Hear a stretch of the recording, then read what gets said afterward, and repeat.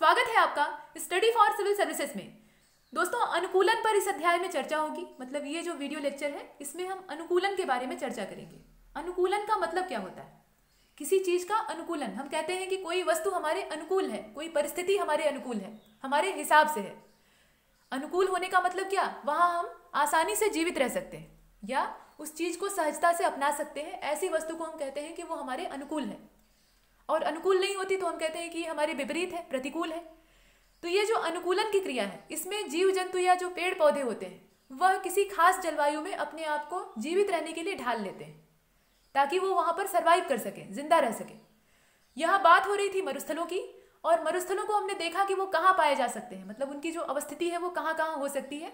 लेकिन अब हम देखने जा रहे हैं यहाँ पाए जाने वाले जीव जंतुओं के बारे में और वनस्पतियों के बारे में, जो कि इतने सूखे वातावरण में, इतने विषम परिस्थितियों में भी जी लेते हैं। कैसे जीवित रहते हैं उसी की चर्चा यहाँ होगी। तो शुरू करने से पहले कुछ आवश्यक जानकारी हमारे कोर्सेज के बारे में, आइए पहले उसे देख लेते हैं। दोस्तों, हमारे पेड कोर्सेज अलग अलग सिविल सेवा परीक्षाओं के लिए संचालित हो रहे हैं, जिसमें यूपीपीएससी, एमपीपीएससी और बीपीएससी द्वारा कंडक्ट होने वाली परीक्षाएं हैं। संघ लोक सेवा आयोग की सिविल सेवा प्रारंभिक परीक्षा के लिए भी इसे लॉन्च किया गया है और ये सारे कोर्सेज टेलीग्राम के माध्यम से चलते हैं। अगर आप इनसे जुड़ना चाहते हैं तो नीचे दिए गए जो कॉलिंग नंबर्स हैं उन पर संपर्क कर सकते हैं। 2 मोबाइल नंबर आपको दिख रहे हैं। इसके अलावा फ्री स्टडी मटेरियल और वीडियो के नोटिफिकेशन की अगर हम बात करें तो उसके लिए आपके पास 2 विकल्प हैं। एक तो हमारा यूट्यूब चैनल है, जिस पर जितने भी वीडियोज आप देखते हैं वो पूरी तरह से निःशुल्क होते हैं, हमेशा थे, हैं और रहेंगे, ये हमारी प्रतिबद्धता है। तो आप उसका पूरा फायदा उठाइए, उससे आप नोट्स बनाइए, उसको देखिए और सुनिए और उसके बाद उसे नोट करते जाइए। जितनी भी महत्वपूर्ण सूचनाएं उसमें आपको लगती हैं वो आप नोट कर लीजिए। वो आपके खुद के बनाए नोट्स होंगे और आपके लिए रिवीजन के लिए मददगार होंगे। ऐन वक्त पर परीक्षा के समय दोहराने की आवश्यकता होती है और उस समय आप बहुत सारी मोटी मोटी किताबों को पकड़कर रिवाइज नहीं कर सकते, संभव नहीं है वो। इस वजह से आप यहाँ पर जो नोट्स बनाए रहेंगे वो आपके अंतिम समय में सहयोग देंगे। वैसे तो आप किताबों को भी पढ़िए, ऐसा नहीं है कि सिर्फ वीडियो देखिए, किताबों से भी हमेशा टच में रहिए। जो किताबें हैं वो आपकी सच्ची दोस्त होती हैं। वीडियो आपको एक संक्षिप्त जानकारी या समग्र जानकारी दे सकता है, लेकिन जब आप किताब पढ़ेंगे तो आपके अंदर वैचारिक क्षमता का विकास होगा। और जो मुख्य परीक्षा होती है सिविल सेवा परीक्षाओं में, जो मुख्य परीक्षा का स्वरूप है उसमें लिखित ही प्रणाली है, मतलब पूरा लिखने पर ही सारा दारोमदार है। जितना अच्छा आप लिखेंगे, जितने अच्छे से आप अपने विचारों को अभिव्यक्त कर पाएंगे, उतना ही बढ़िया नंबर आपको मिलेगा। तो वह लिखने का जो हुनर है वो कहाँ से आएगा? जब आपके अंदर बहुत सारे विचार भरे हुए होंगे। और वो जो विचार हैं वो कहाँ से आएंगे? जब आप किताबों का अध्ययन करेंगे। तो वीडियो को आप देखिए, साथ में किताबों को पढ़िए, दोनों साथ साथ करिए, इससे आपकी एक अच्छी तैयारी होगी। तो चलते हैं आगे। दोस्तों, शंकर आईएएस की जो पर्यावरण की श्रृंखला हमारी शुरू हुई थी उस कड़ी में ये अगला वीडियो लेक्चर है। पिछले अध्याय में यानी पिछले वीडियो में हमने जो घास भूमि का पारितंत्र था उसे देखा था और उसके बाद हम मरुस्थलों को देख रहे थे। हम ये देख चुके हैं कि घास भूमियां ये बीज की संक्रमण की अवस्था होती हैं, जिनके एक तरफ मरुस्थलीय क्षेत्र होते हैं और दूसरी तरफ वन्य क्षेत्र होते हैं। उनमें औसत वर्षा होती थी, न तो वनों की जैसे ज्यादा होती थी और न ही मरुस्थलों जितनी कम होती थी। अब ये जो मरुस्थल थे इनके बारे में जब हम देख रहे थे तो इसमें बहुत ज्यादा कम वर्षा होती थी, मतलब वर्षा की जो मात्रा है वो बहुत ज्यादा घट जाती है। इस वजह से रेतीली जमीन होती है और कटीली झाड़ियां उगती हैं जो कि इस परिस्थितियों में जीने के लिए अनुकूल होती हैं। अब ये जो अनुकूल शब्द है, इसी पर यह जो पाठ है ये शुरू होता है। अनुकूलन को आप देख रहे हैं। अनुकूलन होता क्या है? किसी भी परिस्थिति में जीवित रहने के लिए किसी जीवित प्रजाति द्वारा जब खुद को ढाल लिया जाता है, उस कंडीशन में खुद को सरवाइव करने के लिए, खुद को जीवित रखने के लिए जब प्राणी अपने आप को ढाल लेता है, उस हिसाब से बना लेता है, तो इस चीज को कहते हैं अनुकूलन। ये काम वनस्पतियां भी करती हैं और जीव भी करते हैं। और अनुकूलन का जो नियम है वो आप जानते हैं। जो अनुकूलित होगा वही जीवित रह पाएगा, मतलब प्रकृति के हिसाब से जो ढल जाएगा प्रकृति उसी को जिंदा रखेगी और जो नहीं ढल पाएगा वो मारा जाएगा। ये बात आप जानते हैं। ये बहुत बेसिक सिद्धांत है जीव विज्ञान के। तो फिलहाल यहाँ अनुकूलन को देखिए। बात हो रही थी रेगिस्तानों की। तो रेगिस्तान में 2 चीजें हैं, 2 जीवित प्रजातियां होती हैं। एक तो पौधे होते हैं, दूसरे जीव होते हैं। जो पौधे होते हैं वह पानी का संरक्षण करते हैं, पानी को बचा कर रखते हैं, क्योंकि पानी रेगिस्तान के लिए सबसे कीमती चीज होती है, सबसे ज्यादा मूल्यवान होती है। वैसे तो समस्त जीव जाति के लिए जल की आवश्यकता सबसे अधिक है। प्राणवायु के बाद, मतलब जो सांस हम लेते हैं ऑक्सीजन, उसके बाद जो सबसे महत्वपूर्ण चीज है वो क्या है? जल ही है। जल के बिना कोई भी जीव जीवित नहीं रह सकता। लेकिन फिर भी जो रेगिस्तानी क्षेत्र होते हैं वहां पर इनका जो महत्व है वो कुछ ज्यादा ही होता है और इसीलिए जल प्रबंधन यहाँ बड़े पैमाने पर होता है। जल प्रबंधन कैसे होता है ये हमें भी सीखना चाहिए। यहाँ आप देखिए जो रेगिस्तानी पौधे होते हैं वह कैसे बचाते हैं पानी को। इनकी पत्तियां अनुपस्थित होती हैं, पत्तियां होती ही नहीं है। किसी भी वृक्ष में जो पत्तियां होती हैं, ये जो लीव्स होती हैं, ये वाष्पोत्सर्जन की क्रिया करती हैं। जो पौधे के अंदर का मतलब उसकी शाखाओं, टहनियों या बाकी हिस्सों का जो अतिरिक्त जल होता है वो इन्हीं पत्तियों के जरिए वायुमंडल में विलीन हो जाता है, भाप बनकर उड़ जाता है, जलवाष्प बनकर वायुमंडल को वापस भेज दिया जाता है। इस प्रकार से जल चक्र को आपने देखा है। जल चक्र में क्या होता था, पौधों की पत्तियां वाष्पोत्सर्जन करती थी और वाष्पोत्सर्जन का परिणाम होता था कि जलवाष्प सीधे वायुमंडल में जाकर जो आर्द्रता थी उसकी मात्रा में वृद्धि करती थी, और आर्द्रता जब बहुत ज्यादा हो जाएगी तो वर्षा होगी, बादलों का निर्माण होगा। हालांकि सिर्फ वर्षा होने के लिए पेड़ों की पत्तियों का वाष्पोत्सर्जन पर्याप्त नहीं होता, इसके अलावा जितने भी जल स्रोत होते हैं, महासागर, नदियां, तालाब, उनसे भी वाष्पन की क्रिया होती है। तो फिलहाल यहाँ जो रेगिस्तानी पौधे होते हैं उनमें पत्तियां होती ही नहीं है। क्यों नहीं होती? क्योंकि वाष्पोत्सर्जन होने लगेगा अगर पत्तियां होंगी तो, और वाष्प बनकर जब जल उड़ना शुरू हो जाएगा, बाहर निकलना शुरू हो जाएगा, तो पौधा सूख जाएगा, क्योंकि यहाँ वर्षा तो हो नहीं रही है ठीक से। ऐसे में पानी का अभाव पहले से ही था और जो बचा खुचा पानी था वो भाप बनकर उड़ गया। तो इस अवस्था में पत्तियां नहीं होती, इन पौधों में पत्तियां नहीं होती, कांटे पाए जाते हैं। और कहीं कहीं पत्तियां जो पाई जाती हैं उनका आकार काफी छोटा होता है। जितनी बड़ी पत्ती होगी, एक छोटी पत्ती कम मात्रा में वाष्पोत्सर्जन करेगी और एक जो बड़ी पत्ती होगी वो ज्यादा मात्रा में वाष्पोत्सर्जन करेगी। मतलब भाप बना के उड़ाने की जो क्रिया है इसकी ज्यादा होगी और इसकी कम होगी, क्योंकि यहाँ क्षेत्रफल ज्यादा है तो बड़े एरिया से भाप बाहर निकलेगी, वाष्प बाहर निकलेगी। तो इसलिए या तो पत्तियां होती नहीं है या फिर बहुत छोटी होती हैं। पत्तियां और तना रसीला होता है और इसमें पानी का भंडार होता है, और मोटा और मांसल भी होता है। तने जो है वो काफी मोटे मोटे होते हैं, जैसे आप कैक्टस और नागफनी को देख लीजिए, इस प्रकार के इसमें तने पाए जाते हैं। ये जो गुंबद जैसी संरचना आप देखते हैं ना, इसमें बहुत सारे ऐसे ऐसे कांटे बने होते हैं, ये नागफनी का स्ट्रक्चर है। ऐसे ही कैक्टस भी पाया जाता है, कैक्टस में भी काफी मांसल तने होते हैं। अब आप छू कर मत देखने लगिएगा, क्योंकि छूने से बहुत सारे कांटे आपके हाथ में आ जाएंगे। कैक्टस लोग शोपीस के तौर पर घरों में लगाते हैं, कई तरह का होता है, उसमें भी फूल निकलता है। कैक्टस के भी फूल होते हैं, बहुत खूबसूरत होता है, लेकिन जितना अच्छा वो गमले में लगता है उससे कहीं बेहतर वो मरुस्थलों में उगता है, क्योंकि वहां के लिए वो अनुकूलित है, और उसी अनुकूलन का हम यहाँ अध्ययन कर रहे हैं। तो इस प्रकार के मोटे मोटे मांसल तने होते हैं जिनके अंदर जो खाद्य पदार्थ होते हैं उनका संचय होता है। उसके अलावा पानी का भंडारण करके इन्हीं मांसल तनों में पौधे इकट्ठा रखते हैं, और बाहर जो कांटे होते हैं वो इनकी सुरक्षा करते हैं। कैसे सुरक्षा करते हैं? एक तो ये जो वाष्पन की क्रिया है उसको रोक देते हैं, मतलब कम करते हैं। दूसरी चीज ये सुरक्षा का कारण होते हैं, मतलब आप इन्हें छूना चाहेंगे तो ये पहले धंसेंगे। तो जो जंगली वहाँ के जीव होते हैं, जो स्थानीय चरने वाले पशु होते हैं, वो इस प्रकार की वनस्पतियों को नुकसान नहीं पहुंचा पाते, क्योंकि चरने के लिए मुंह बढ़ाएंगे तो मुंह में पहले कांटे जाएंगे। तो ये अपना बचाव भी कांटों की वजह से करते हैं। कांटे इन पौधों को सुरक्षा भी देते हैं और जो वाष्पोत्सर्जन की दर है उसको कम भी कर देते हैं। तो ये होता है अनुकूलन, किसी भी परिस्थिति में अपने आप को ढाल लेना। तो ये पौधे समझदार होते हैं और ये इन परिस्थितियों में, मतलब जो शुष्क जलवायु वाले क्षेत्र होते हैं उनके हिसाब से अपने आप को अनुकूलित कर लेते हैं। ये बात हुई। इसके अलावा कुछ पौधों में प्रकाश संश्लेषण के लिए स्टेम में ही क्लोरोफिल होता है। प्रकाश संश्लेषण तो मुख्य आवश्यकता है, नहीं तो पौधे भोजन कैसे बनाएंगे? इनका जो भोजन बनाने की क्रिया है वो मुख्य रूप से सूर्य के प्रकाश से जो ऊर्जा प्राप्त होती है उसी को लेते हैं। मतलब ये सौर ऊर्जा को जैव रासायनिक ऊर्जा में परिवर्तित करने का काम करते हैं, यही होता है प्रकाश संश्लेषण। तो ऐसी स्थिति में क्लोरोफिल का पाया जाना आवश्यक है, इसीलिए पत्तियों का रंग हरा होता है। ये क्लोरोफिल क्या है? ये एक प्रकार का वर्णक है। ये वर्णक होता है, मतलब ये रंग देता है, और ये प्रकाश संश्लेषण में मुख्य उत्तरदायी पदार्थ होता है।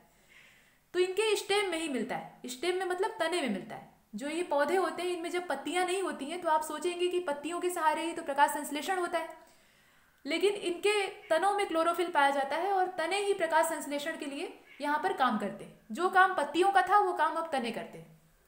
ये बात हो गई। और इनकी जो जड़ें होती हैं, नीचे इनकी जड़ें, कोई भी पौधा बिना जड़ के तो होगा नहीं। जितना हिस्सा हम ऊपर देखते हैं उससे कहीं ज्यादा मात्रा में ये नीचे जमीन में फैली होती है। मान लीजिए ये जमीन है, ऊपर ऐसे एक नागफनी या कैक्टस या कोई भी कटीली झाड़ी ऐसे जमी हुई है, तो इनकी जड़ें पानी की खोज में बहुत दूर दूर तक जाती हैं। ये यात्रा करती रहती हैं, घूमती रहती हैं, जहां पानी मिला वहां जाके सोख लिया। तो इस प्रकार से ये पानी की खोज में लंबी दूरी तक चली जाती है, लंबाई तक फैली होती है। और इसका एक और महत्व है, इन्हें उजाड़ना आसान नहीं होता। जब जड़ ज्यादा फैली होगी तो किसी भी चीज को उजाड़ना बहुत मुश्किल होगा।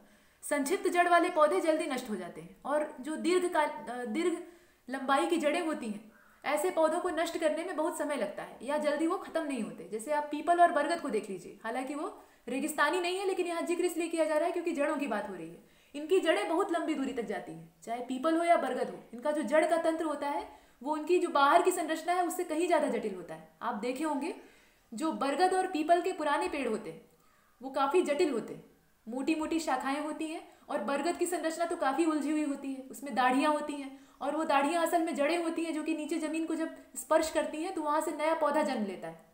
तो बरगद में दो प्रकार से जनन की क्रिया होती है। एक तो बीज के माध्यम से होती है, जो उसका गोदा होता है, फल होता है, उससे बीज निकलता है, उससे पौधा जमता है। और जो जड़ें हैं वो जब जमीन को स्पर्श करती हैं तो वहाँ से भी नए पौधे की जड़ें उत्पन्न होने लगती हैं और ये जमीन पकड़ लेता है। आपने कलकत्ता का जो ग्रेट बनियान ट्री है उसको देखा होगा, चित्र में तो अवश्य देखा होगा। वो बहुत बड़े दायरे में फैला हुआ है। तो वो असल में फैला कैसे है? उसमें जो शाखाएं होती हैं, बरगद का जो वृक्ष है वो हमारा राष्ट्रीय वृक्ष है, इसके बारे में थोड़ा जान लीजिए। फिर मरुस्थलों के बारे में भी देखेंगे। मान लीजिए ये बरगद का ऐसे काफ़ी सघन वृक्ष है, फैला हुआ है, और ये इसका तना है। तो बरगद में जटाएं होती हैं, आप जानते हैं, इस प्रकार से ये लटकी हुई होती हैं। ये जटाएं जब जमीन को स्पर्श करती हैं तो यहाँ से नया पौधा उत्पन्न होने लगता है, नए पौधे का विकास होता है और यही पौधा फिर बढ़कर एक नए पेड़ का रूप ले लेता है। इस प्रकार की स्थितियाँ उत्पन्न होती हैं। तो जो वहाँ का ग्रेट बनियान ट्री है, यानी महान बरगद का वृक्ष है, वो इसी प्रकार से बना है। पहले एक मुख्य पेड़ रहा होगा, उसकी जो दाढ़ियाँ हैं वो काटी नहीं गई होंगी और वही जो है फिर नीचे जड़ पकड़ ली हैं और बहुत सारे जो वृक्ष हैं बरगद के वो आपस में उलझ के एक बहुत बड़ा सा क्षेत्र बना लिए, एक गुफा वाला स्ट्रक्चर बना लिए हैं जिसमें कि घुसना बहुत मुश्किल काम है। तो लोग उसे देखने जाते हैं, वो दर्शनीय है। इसी प्रकार से यहाँ जो मरुस्थलीय पौधे हैं इनकी भी जड़ें बहुत जटिल होती हैं। अब यहाँ बरगद की चर्चा क्यों हुई? बरगद की चर्चा इसकी जड़ों की वजह से हुई। तो ये जो जटिल स्ट्रक्चर आप बाहर देखते हैं बरगद का, इससे कहीं ज़्यादा जटिल इसकी जड़ें होती हैं। वो बहुत दूर दूर तक फैली होती हैं, काफ़ी दृढ़ और दीर्घ होती हैं, लंबी होती हैं। और ऐसी संरचना को उजाड़ना बहुत मुश्किल काम होता है। बरगद को आप अगर ऊपर से काट भी दीजिए तो फिर से पनप जाएगा। इसमें पनपने की जो रफ्तार है वो बहुत तेज होती है, जड़ मजबूत होती है इसलिए। तो इसी प्रकार से ये जो मरुस्थलीय वनस्पतियाँ हैं इन्हें आप देख लीजिए, तो इनका जो जड़ प्रणाली वाला तंत्र है, मतलब जड़ तंत्र है, वो काफ़ी विकसित होता है, इसलिए इन्हें उजाड़ना बहुत मुश्किल काम होता है। अगर मान लीजिए कोई मवेशी इन्हें नष्ट भी कर देता है तो उस स्थान से फिर से जनरेट हो सकते हैं, क्योंकि नीचे जड़ जो है वो सही सलामत है। और जब तक जड़ जिंदा है तब तक पौधा जिंदा है, ये बात आप जानते ही हैं। अब कम बारिश के मौसम में भी ये खुद को अनुकूलित कर लेते हैं और इनमें अंकुरण भी होता है, पुष्पन भी होता है और प्रजनन भी होता है। ये तीनों ही क्रियाओं के लिए जल की आवश्यकता होती है। लेकिन ये पौधे अपने तने में जो संचित जल रखते हैं वो संचय क्यों करते हैं, कभी आपने सोचा है? इनके तने जो है वो रसीले और पानी से भरे होते हैं। तो आप ऐसा सोच सकते हैं कि इनका संचय क्यों होता है, आखिर क्यों ये बचा कर रखते हैं? तो बचा कर इसी दिन के लिए रखते हैं जब इन्हें अंकुरण करना होता है, मतलब प्रजनन की क्रिया शुरू करनी होती है, तो उसमें ज़्यादा पानी चाहिए होता है। तो ऐसे में ये जो रसीला तना होता है ये इन्हें जल की आपूर्ति करता है। ये होता है इनका पूरा अनुकूलन का तंत्र। मनुष्य को इनसे सीखना चाहिए, ये गुण जो बचत का है इनसे सीखना चाहिए। हम लोग पानी कितना बर्बाद कर देते हैं और ये पौधे कितना संरक्षित रखते हैं और उसी में अपना गुजारा कर लेते हैं, वो भी अच्छे तरीके से।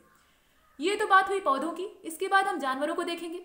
जो रेगिस्तानी जानवर होते हैं वो भी कम नहीं होते, जरा भी पीछे नहीं होते, वो भी जल का अच्छा खासा संरक्षण करते हैं। कैसे करते हैं तो आइए देखते हैं। दोस्तों, आपने ऊंट का नाम सुना होगा, ऊंट को देखा भी होगा, नाम ही नहीं ऐसे भी देखा होगा। अगर रियल में नहीं देखा होगा तो चित्र में देखा होगा। ऊंट कैसा होता है? लंबे लंबे पैर होते हैं और ऊपर एक कुबड़ होता है। इसमें जो पीठ होती है उस पर एक कुबड़ ऐसे संरचना होती है और जो पैर होते हैं वो काफ़ी लंबे लंबे होते हैं, मतलब जमीन से काफ़ी ऊंचाई पर होता है। जब तक ये नीचे जमीन पर नहीं बैठ जाता तब तक आप इस पर सवारी नहीं कर सकते। ऊंट पर चढ़ना ऐसे बहुत मुश्किल काम है, आप नहीं चढ़ सकते। या तो सीढ़ी लगाकर चढ़िए और नहीं तो ऊंट को बैठा दिया जाता है, तब आप उस पर सवार होते हैं और रेगिस्तान की सैर करते हैं। रेगिस्तान में मतलब राजस्थान की यात्रा पर आप जाएंगे कभी तो वहाँ ऊँटों की सवारी होती है, बहुत मज़ा आता है। हालांकि डर भी लगता है क्योंकि ऊँट की पीठ जो है वो ऊपर नीचे होती है और आपको लगता है कि कब आप नीचे जाएंगे, मतलब कब आप नीचे गिर जाएंगे, इसका कुछ ठिकाना आपको नहीं लगता है। हालांकि ऐसा होता नहीं है। तो फिलहाल जो ऊँट का कुबड़ होता है, ऐसे उभरी हुई संरचना उसकी पीठ पर होती है, ये इसके लिए संचय का काम करती है। मतलब ये इसका एक तरह से बैंक लॉकर होती है। यहाँ पर ये भोज्य पदार्थों और जल का संग्रहण करके रखता है। इस प्रकार से ये, जैसे हमने पौधों को देखा, जो रेगिस्तानी पौधे थे वो अपने तने में जल और रसीले चीज़ों का संचय करके रखते थे जो कि उन्हें पोषण देती थी। उसी प्रकार से ऊँट अपने कुबड़ का इस्तेमाल स्टोरेज के लिए करता है, संग्रह के लिए करता है। अब देख लेते हैं इन जीवों को। सिर्फ ऊँट ही नहीं होता, और भी जीव पाए जाते हैं। देखिए जानवर, जानवर कहाँ के? मरुस्थलीय क्षेत्र के। ये शारीरिक और व्यवहारिक रूप से रेगिस्तान की स्थिति के अनुकूल होते हैं। इनकी जो शारीरिक कंडीशन होती है वो भी और जो व्यवहारिक स्थिति होती है वो भी इनके अनुकूल होती है। पहली चीज़ तो ये तेज दौड़ने वाले होते हैं। इनके जो लंबे लंबे पैर होते हैं वो बहुत तेज गति से दौड़ने में इनका सहयोग करते हैं। और ये निशाचर होते हैं। अभी सब पे चर्चा होगी, पहले इसको पढ़ लेते हैं एक बार फैक्ट के रूप में, फिर इन पर व्याख्या होगी। यह सांद्रित मूत्र को उत्सर्जित करके पानी का संरक्षण करते हैं। पशुओं और पक्षियों के शरीर को गर्म जमीन से दूर रखने के लिए आमतौर पर जो पैर होते हैं वो लंबे होते हैं। जो रेगिस्तानी जीव होते हैं उनके पैर काफी लंबे होते हैं। तो क्यों होते हैं? ताकि वो गर्म जमीन से दूर रह सकें। रेगिस्तान की जो जमीन होती है उसमें रेत दिन के समय में इतना ज्यादा तपने लगती है कि अगर आपने उस पर पैर रख दिया तो छाले पड़ जाएंगे। तो ऐसे में उनका जो शरीर है वो झुलस न जाए, इसके लिए प्रकृति ने उन्हें लंबी लंबी टांगे दी हैं। जैसे शुतुरमुर्ग हो गया, ऊंट हो गया, इस प्रकार के जो और भी पक्षी हैं जिनके पैर लंबे होते हैं वो इन क्षेत्रों के लिए उपयुक्त होते हैं। अब यहाँ तो जीवों की बात हो रही थी। कुछ रेप्टाइल्स होते हैं यानी रेंगने वाले जीव, जैसे कि छिपकलियां, वो ज्यादातर कीट भक्षी होती हैं। छिपकलियां सिर्फ कीड़ों को नहीं खाती। आपने अपने घर की दीवारों पर जो घरेलू छिपकली होती है उसको देखा होगा। यह फलों को भी खाती है और पत्तियों को भी खाती है। छिपकलियों का भोजन फल और पत्तियां भी होती हैं। और अगर आप इन्हें पाल लीजिए, कभी पाल कर देखिएगा, तो ये अनाज का भी सेवन करके जी लेती है। हालांकि इनका मुख्य जो आहार है वो कीट ही होते हैं, लेकिन ये जो रेगिस्तानी छिपकलियां होती हैं ये कीट भक्षी ही होती है। ये फल भक्षी और अनाज भक्षी नहीं होती है, कीट भक्षी होती है, क्योंकि रेगिस्तान में इन्हें फल और अनाज कहाँ से मिलेगा। और यह कई दिनों तक पानी के बिना रह सकती हैं। छिपकलियां भी पानी पीती हैं, ये बात आपको पता है ना। तो यहाँ पर ये कई दिनों तक पानी के बिना गुजारा कर सकती हैं। शाकाहारी जानवरों को उनके खाए जाने वाले बीजों से पर्याप्त मात्रा में पानी मिलता है। मतलब वो ऐसे बीजों का सेवन करते हैं जो शाकाहारी जीव होते हैं। ऐसी वनस्पतियों या ऐसे बीजों को खाते हैं जिससे कि उनकी जल की आवश्यकता पूरी होती रहे। और ऊंट को रेगिस्तान का जहाज कहा जाता है। ये कुछ बातें थी, ऊंट की चर्चा सबसे पहले हुई थी। तो आइए इन्हें देख लेते हैं। सबसे बड़ी चीज ये तेज दौड़ते हैं। अब तेज दौड़ कर इन्हें क्या फायदा मिलेगा? जैसे मान लीजिए आपको 1 किलोमीटर की दूरी तय करनी है। अपने घर से आपको 1 किलोमीटर की दूर किसी दुकान तक पहुंचना है और आपको पैदल जाना है, किसी गाड़ी का सहारा नहीं लेना है। तो आपके पास 2 विकल्प होते हैं। अगर आपको जल्दी है, जल्दी नहीं है, तब तो आप आराम से चलेंगे और कुछ समय लेकर वहां पहुंचेंगे, जिस तरह की आपकी रफ्तार होगी। लेकिन अगर जल्दी है तो आप दौड़ेंगे, दौड़ लगाएंगे, और दौड़ लगाएंगे तो स्वाभाविक है जल्दी पहुंच जाएंगे। वही चीज इनके साथ भी होती है। यह तेज गति से दौड़ते हैं और एक स्थान से दूसरे स्थान पर जल्दी पहुंचते हैं। ऐसे में ये गर्मी के शिकार होने से बच जाते हैं। जितनी देर तक ये धूप में रहेंगे, खुले वातावरण में रहेंगे रेगिस्तान में, उतनी ही ज्यादा इन्हें गर्मी लगेगी और उतनी ही ज्यादा पानी की आवश्यकता होगी। तो उससे बचने के लिए ये तेज गति से दौड़ते हैं। चाहे ऊंट हो या शुतुरमुर्ग, ये दोनों ही बहुत तेज रफ्तार में भागते हैं। और ये निशाचर होते हैं। निशाचर का मतलब क्या? रात में निकलने वाले, रात्रिचर जीव होते हैं। ये दिन में कम ही निकलते हैं। रात में क्यों निकलते हैं? क्योंकि रात में तापमान कम हो जाता है। बालू की जो जमीन होती है, यानी बलुई जमीन, रेगिस्तान में रेतीली जमीन होती है, ये बात आप जानते हैं। ये दिन में जितनी गर्म होती है उतनी ही तेजी से रात में ठंडी हो जाती है। इसकी जो जमीन की सतह है वो बहुत तेजी से ठंडी भी होती है। रेत जितनी जल्दी गर्म होती है उतनी जल्दी ठंडी भी होती है। इस वजह से ये जो जीव हैं ये दिन में कम निकलते हैं और रात के समय ये बाहर आते हैं और अपना जो काम धंधा है, मतलब जो दिनचर्या है, भोजन पानी है, वो करते हैं। ये सांद्रित जो मूत्र है उसको उत्सर्जित करते हैं। इनका जो उत्सर्जन है, चाहे मल और मूत्र दोनों का हो, वह ठोस मात्रा में होता है। उसमें जल की मात्रा ज्यादा नहीं होती। जैसे आपने कंगारू चूहे का नाम सुना होगा, वो अपने पूरे जीवन काल में, जो उसका टोटल जीवन काल होता है, उसमें पानी नहीं पीता, कभी भी पानी नहीं पीता, और वह ठोस मूत्र का उत्सर्जन करता है। इससे उसके अंदर जल का जो संचय है वो बना रहता है, उसको पानी की आवश्यकता ही नहीं होती। तो हर जीव बिना पानी पिए नहीं रह सकता, लेकिन फिर भी यह जो उत्सर्जन करते हैं, बहिक्षेपण जो इनका होता है वो कम मात्रा में जल वाला होता है, ज़्यादातर मात्रा में ठोस होता है, और सांद्रण उसमें ज़्यादा होता है। सांद्रण का मतलब जो जल की घुलनशीलता है, जो उसका डाइल्यूशन है, वो कम मात्रा में होता है इसमें। इसके बाद पशु और पक्षियों को, मतलब उनके शरीर को गर्म जमीन से दूर रखने के लिए जो पैर होते हैं वो लंबे होते हैं। शुतुरमुर्ग और ऊंट के पैर आपने देखे होंगे, काफी ज्यादा ऊंचाई पर उनका शरीर होता है। ऐसा लगता है कि बांस के खंभों पर किसी शरीर को बैठा दिया गया है, मतलब कोई चीज रख दी गई है। ऐसे लंबे लंबे पैर होते हैं। तो ये क्यों लंबे होते हैं? ताकि गर्म जमीन से ये दूर रहें। छिपकलियों के बारे में आपने देखा ही, ये कीट भक्षी होती हैं और कई दिन तक बिना पानी के रह सकती हैं। शाकाहारी जानवर जो है वो ऐसे फलों या ऐसी वनस्पतियों का सेवन करते हैं जिससे कि इनकी जल की आवश्यकता पूरी हो सके, मतलब इन्हें बाहर से पानी पीना ना पड़े, इस तरीके का हो सकता है। जैसे मान लीजिए आपको प्यास लगी है, तो आपके पास 2 विकल्प हैं। या तो आप किसी रसीले फल को खा लीजिए जैसे कि तरबूजा या खीरा, और नहीं तो आप पानी पी लीजिए। तरबूजा खाने से भी आपकी प्यास बुझ जाएगी। जो वाटरमेलन होता है उसमें अच्छा खासा पानी होता है, ऐसे ही खीरा होता है। तो पानीदार आप फलों को खा लीजिए या किसी चीज़ का सेवन कर लीजिए, और नहीं तो सीधा पानी पी लीजिए। तो ये दूसरे वाले विकल्प का चयन करते हैं, मतलब ये सीधा जो फल होते हैं, मतलब रसीले फल होते हैं, उनका सेवन करते हैं। इसके अलावा ऊँट को रेगिस्तान का जहाज कहा जाता है। जहाज क्यों कहा जाता है? क्योंकि ये वहाँ पर संचालन का, यातायात का एक मुख्य माध्यम है। ये लंबी दूरियों को जल्दी तय कर लेता है और उस जलवायु में कई दिन तक बिना खाए पिए रह सकता है, क्योंकि मरुस्थल में हर जगह पानी उपलब्ध नहीं होता। बहुत दूर दूर तक ऐसे क्षेत्र होते हैं जहाँ जल की उपस्थिति होती ही नहीं है। तो जल भंडार अगर रिक्त भी हो जाए तो भी ये काफ़ी समय तक अपना काम चला लेता है। हालांकि प्यास इससे भी बर्दाश्त नहीं होती, अंत में मरता है, लेकिन फिर भी इस तरह की चीज़ें हैं। अभी आपने जब ऑस्ट्रेलिया के जंगलों की आग के बारे में सुना होगा तो उसमें सुना होगा कि बहुत सारे ऊँटों को मारने का आदेश दिया गया था। उसी के संदर्भ में इसका जिक्र आया था। करीब हजारों की संख्या में जो ऊँट थे उन्हें मार देने का आदेश दिया गया, क्योंकि वो प्यास से विचलित हो गए थे। उन्हें बहुत ज़्यादा प्यास लगी थी और वो बस्तियों की ओर आक्रमण कर रहे थे, भूख और प्यास से परेशान होकर। तो वो इंसानों को नुकसान न पहुँचाएं, इसलिए उन्हें गोली मारने का आदेश मिला था। तो इस तरह की जो विकट परिस्थितियाँ हैं वो भी कभी कभी पैदा होती हैं। ईश्वर न करे ऐसे दिन को देखने का मौका मिले। किसी भी जीव को अपने स्वार्थ के लिए मारना ये बहुत खराब बात होती है, लेकिन इंसान भी जब जीवित रहने के लिए विवश हो जाता है, मतलब उसे हर हाल में जीना है, तो वो दूसरों को मार कर उसके हिसाब से अपने जीवन को चलाता है। ये बातें हैं। तो फिलहाल ऊँट को रेगिस्तान का जहाज कहा जाता है। क्यों कहा जाता है? क्योंकि यह उस हिसाब से जीने के लिए अनुकूल होता है। इस पर सवारी करके लंबी दूरी को तय किया जा सकता है। और दूसरी चीज़, इसके पैर गद्दीदार होते हैं। आपने ऊँट के पैर देखे होंगे, उसमें गद्दीनुमा संरचना होती है। बालू पर चलना आसान नहीं होता। रेत पर अगर आप चलेंगे तो आपका पैर धंसेगा, आप फिसलने लगेंगे, उस पर लड़खड़ाने लगेंगे। आपने गंगा की रेती पर चलने की कोशिश की है या समुद्र की जो रेत होती है, चलना आसान नहीं होता, आपकी रफ्तार धीमी हो जाती है। लेकिन जो ऊँट के गद्दीदार पैर होते हैं वो इसको इन रेत पर चलने के लिए अनुकूलित करते हैं, मतलब ये आसानी से उस पर चल सकता है, ये धंसते नहीं है। तो ये कुछ बातें हुई मरुस्थलों के बारे में। अब जो अगली चर्चा होगी, यहाँ पर जीवों और वनस्पतियों दोनों के प्रकारों के बारे में हमने चर्चा की, जो कि रेगिस्तान में रहने के लिए उपयुक्त थे। अब अगली जो चर्चा है वो भारतीय रेगिस्तान पर निर्भर है। भारत में मरुस्थल कहाँ मिलता है? जो गर्म मरुस्थल है वो थार का रेगिस्तान है। थार वाला जो एरिया है वो गर्म मरुस्थल के क्षेत्र में आता है। और हमने देखा है कि मरुस्थल दो प्रकार के होते हैं, गर्म भी होते हैं और ठंडे भी होते हैं। तो सबसे पहले हम गर्म वाले को देखेंगे। जो गर्म मरुस्थल होते हैं वहाँ की जलवायु बहुत ज़्यादा शुष्क होती है, सूखी होती है, वर्षा की कमी होती है और जलवायु जो है वो अनियमित पाई जाती है, तभी तो वो गर्म और सूखे होंगे। वर्षा अगर ज़्यादा होगी तो उसमें जो शुष्कता है वो खत्म हो जाएगी।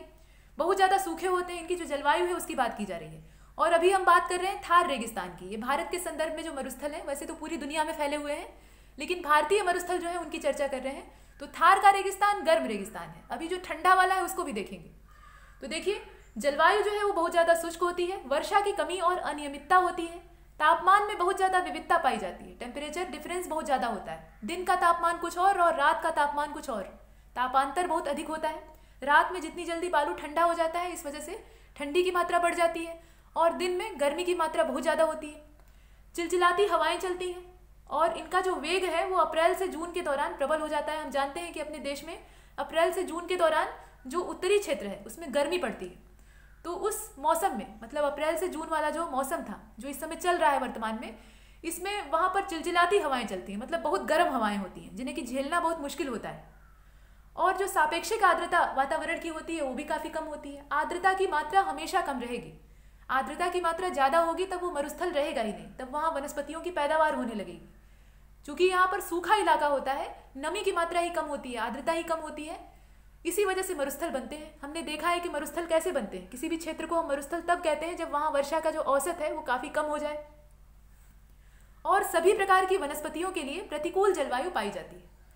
अनुकूलित जलवायु नहीं होती, इस वजह से वनस्पतियाँ यहाँ पर बहुतायत नहीं होती। वही कटीली झाड़ियाँ उगती हैं जो कि इस हिसाब से जी लेती हैं, इस जलवायु में जीने के लिए खुद को अनुकूलित बना ली रहती हैं। ये तो बात हुई जलवायु की। अब देखिए वनस्पतियों को, कौन कौन सी वनस्पतियाँ इस थार वाले मरुस्थल के क्षेत्र में उगती हैं। तो वनस्पतियों में अनुकूलन होता है, ये बात हम पहले ही देख चुके हैं। अब अनुकूलन कैसा होता है? अनुकूलन के भी यहाँ पर दो प्रकार होते हैं। एक तो पहला जो प्रकार होता है वो ये है कि पौधों को जल प्राप्त करने में सक्षम बनाना, मतलब पौधे जो है वो जल की आवश्यकता को पूरी करने में सक्षम रहें, जल की जो ज़रूरत है उसे पूरा कर सकें। ये पहले प्रकार का अनुकूलन है। और दूसरा जो अनुकूलन है वो है प्राप्त होने वाले जल को बनाए रखना, मतलब बचाए रखना, उसे संकलित कैसे करना है, संरक्षित कैसे रखना है, इस पर ध्यान देना। तो अनुकूलन के 2 चरण होते हैं यहाँ पर, उसे हम देख रहे हैं। सूखा प्रतिरोधक क्षमता इनके अंदर होती है। अब सूखा प्रतिरोधक क्षमता का मतलब ये है कि ये छोटे आकार के होते हैं। बहुत बड़े आकार के पेड़ होंगे तो उनके भी जल की आवश्यकता बहुत ज़्यादा होगी। इस वजह से इनका जो आकार है वो बहुत बड़ा नहीं होता। बहुत जो बड़े बड़े वृक्ष होते हैं वो कहाँ उगते हैं, विषुवत रेखीय वनों में उगते हैं, उनकी ऊंचाई बहुत ज़्यादा होती है। तो ऐसा क्यों होता है? क्योंकि उन्हें पानी पर्याप्त मात्रा में मिलता है। अब जहाँ पर पानी ज़्यादा मात्रा में नहीं मिलेगा तो ऐसी कंडीशन में अगर पौधे बहुत बड़े हो गए तो उनकी जो जल की आवश्यकता है वो बढ़ेगी और उसे पूरा करने के लिए पर्याप्त मात्रा में जल उपस्थित नहीं होगा तो वो मर जाएंगे। इसलिए इन झाड़ियों का आकार छोटा होता है और ये कांटेदार होती हैं। कांटेदार क्यों होती हैं ये बात आप पीछे देख ही चुके हैं, पिछले वीडियो में। उसमें हमने देखा कि कांटेदार वनस्पतियाँ इसलिए पाई जाती हैं क्योंकि 2 चीज़ें इसमें होती हैं। एक तो रक्षा के लिए, रक्षा मतलब कोई भी वन्य पशु इन्हें नुकसान नहीं पहुंचा सकता। अगर मुंह बढ़ाएगा खाने के लिए या तोड़ने के लिए पैर बढ़ाएगा अपना तो इसे कांटे चुभेंगे, इसे नष्ट करना इतना आसान नहीं होता। और दूसरी चीज़, इनमें पत्तियां नहीं पाई जाती, पत्तियों का अभाव होता है तो उसकी जगह कांटे पाए जाते हैं। और यही जो तने और कांटे होते हैं यही प्रकाश संश्लेषण की क्रिया भी करते हैं। इस प्रकार से दोनों आवश्यकता जो पौधे की है वो पूर्ण होती है। और रेगिस्तानी पौधों को 2 मुख्य समूहों में बांटा जाता है। ये जो रेगिस्तानी वनस्पतियां होती हैं इनमें 2 प्रकार के समूह होते हैं। अब 2 समूह कौन कौन से हैं? तो एक तो बारिश पर जो सीधे सीधे निर्भर होते हैं वो समूह होता है, और दूसरा वो समूह होता है जो कि भूमिगत जल की उपस्थिति के आधार पर अपने आप को जीवित रखते हैं। अब जो भूमिगत जल की उपस्थिति के आधार पर खुद को जीवित रखते हैं उनकी जड़ें काफ़ी लंबी होती हैं, काफ़ी गहरी होती हैं। ये गहरी जड़ों वाले होते हैं जो कि पानी की खोज में दूर तक अपनी जड़ों को फैला लेते हैं। और जो वर्षा की आवश्यकता पर निर्भर होते हैं, बारिश पर सीधे निर्भर रहते हैं, ये थोड़े हरे भरे होते हैं। इनकी जो जड़ें हैं वो अपेक्षाकृत कम गहरी होती हैं। तो ये 2 प्रकार की वनस्पतियों को हम यहाँ देखने वाले हैं। और हम अभी चर्चा कर रहे हैं वनस्पतियों की, और किसके संदर्भ में कर रहे हैं? अभी थार रेगिस्तान के बारे में हमारी चर्चा हो रही है, जो कि एक गर्म रेगिस्तान है और हमारे भारत का हिस्सा है। यहाँ तक इस लेक्चर में हमने मरुस्थल में रहने वाले जीवों और वनस्पतियों का जो अनुकूलन है उसे देखा है। वो कैसे विपरीत परिस्थितियों में रहने के लिए, जो प्रतिकूल वातावरण होता है उसमें जीवित रहने के लिए अपने आप को ढाल लेते हैं, ये हम देख चुके हैं। वनस्पतियों में भी ये गुण पाया जाता है और जीवों में भी मिलता है। अब हम वनस्पतियों के बारे में देख रहे थे, वो भी अपने देश में जो उगने वाली वनस्पतियां हैं वो अपने आप को कैसे अनुकूलित कर पाती हैं इस मरुस्थलीय जलवायु में जीवित रहने के लिए, ये हम देखने वाले हैं। और इसे 2 भागों में हमने बांट दिया है, एक तो बारिश पर सीधे निर्भर रहने वाले और दूसरा भूमिगत जल पर आश्रित रहने वाले।